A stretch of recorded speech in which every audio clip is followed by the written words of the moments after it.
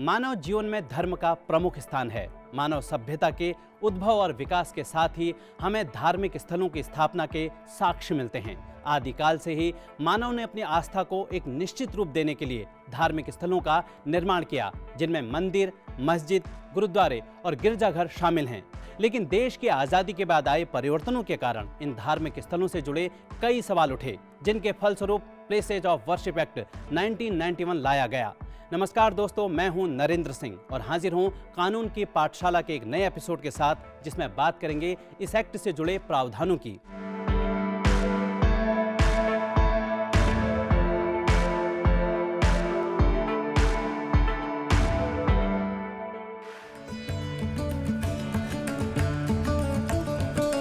मानव आस्था से जुड़े विषय ऐसे होते हैं जिनके एक पहलू की कानूनी व्याख्या करने पर दूसरे पहलू पर सवाल खड़े हो सकते हैं, जो किसी भी राष्ट्र के विकास के लिए बाधक होते हैं। इस बात का ध्यान रखते हुए सरकार ने इस विधेयक को 10 सितंबर 1991 को लोकसभा से पारित करवाया, जबकि इस विधेयक को 12 सितंबर को राज्यसभा से मंजूरी मिली और राष्ट्रपति की मंजूरी मिलने के बाद 18 सितंबर 1991 को ये कानून बना। इस कानून का सबसे प्रमुख प्रावधान ये है कि 15 अगस्त 1947 को भारत में विद्यमान पूजा स्थलों पर जिस कौम या संप्रदाय का हक था वो यथावत बना रहेगा। ये कानून 12 सितंबर 1991 को संसद में पारित किया गया। हालांकि अयोध्या विवाद को इसके दायरे से बाहर रखा गया था, क्योंकि ये मामला अंग्रेजों के समय से कोर्ट में था। इस कानून का उद्देश्य 15 अगस्त 1947 से पहले किसी भी पूजा स्थल की स्थिति को स्थिर करना था। इस कानून के निर्माण के बाद ये आशा की गई कि भविष्य में सांप्रदायिक सद्भाव बनाए रखने में मदद करेगा।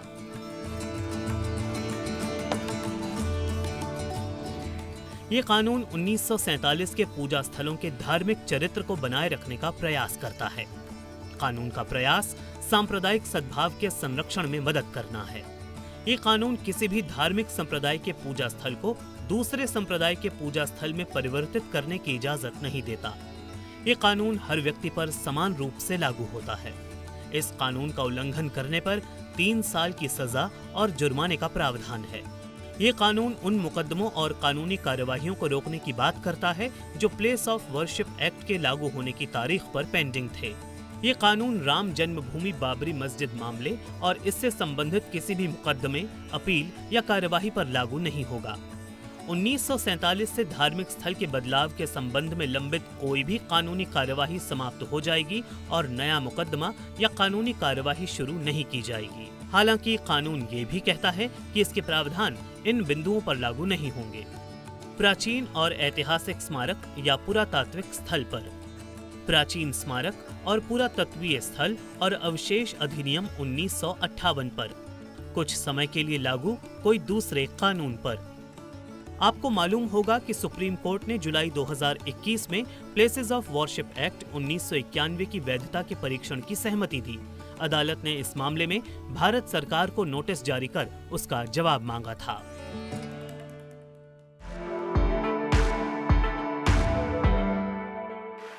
सभी धर्मों का सम्मान करना और धार्मिक सौहार्द को बनाए रखना हर भारतीय का कर्तव्य है, जिससे भारत मजबूत बना रहे। अगले हफ्ते कानून की पाठशाला में आपके साथ फिर होगी मुलाकात एक नए कानून के प्रावधानों की जानकारी के साथ। तब तक के लिए मुझे दीजिए इजाजत। नमस्कार।